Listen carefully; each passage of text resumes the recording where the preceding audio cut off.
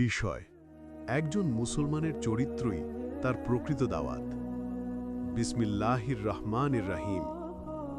সম্মানিত ভাই ও বোনেরা, আমরা সবাই জানি ইসলাম শুধুমাত্র নামাজ, রোজা বা হজের নাম নয়। ইসলাম একটি পূর্ণাঙ্গ জীবন ব্যবস্থা। নবী করিম সাল্লাল্লাহু আলাইহি ওয়াসাল্লাম আমাদের শুধু ইবাদতের শিক্ষা দেননি, বরং সুন্দর চরিত্র গঠনেরও নির্দেশ দিয়েছেন।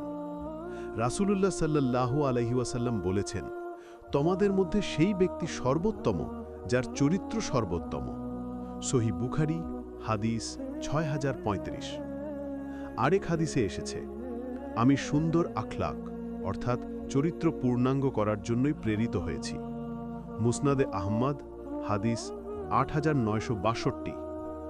আজ আমাদের সমাজে নামাজ পড়া মানুষও কখনো কখনো রাগে, অহংকারে বা গীবতে জড়িয়ে পড়ে।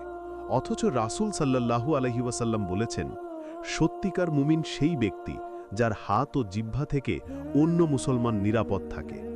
সহিহ বুখারী, হাদিস ১০।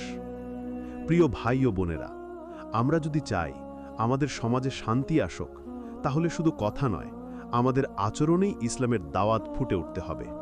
যেমন মিথ্যা না বলা, প্রতিশ্রুতি রক্ষা করা, অন্যের কষ্টে পাশে দাঁড়ানো, ছোটদের স্নেহ করা, বড়দের সম্মান করা।